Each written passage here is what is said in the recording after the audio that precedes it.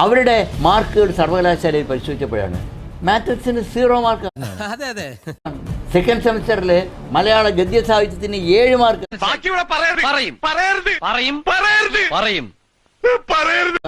My aim is to bring up all people together. Nursery പഠിക്കുന്ന കുട്ടികൾ ഇതിനേക്കാൾ ഭംഗിയായിട്ട് ഇംഗ്ലീഷ് സംസാരിക്കും.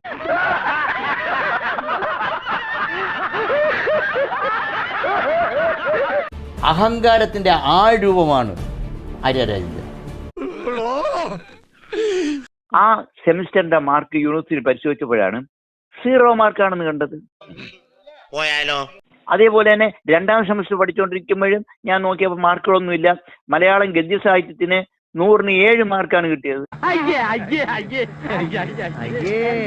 IAS IPS ആവേണ്ട കുട്ടികളെയാണ് ഞങ്ങൾ രാഷ്ട്രീയത്തിൽ കൊണ്ടുവരുന്നതെന്ന് ജനങ്ങളെ പറഞ്ഞ് ബോധ്യപ്പെടുത്തി കബളിപ്പിക്കുക എന്നുള്ളൊരു ലക്ഷ്യമാണ് CPM-നുള്ളത്.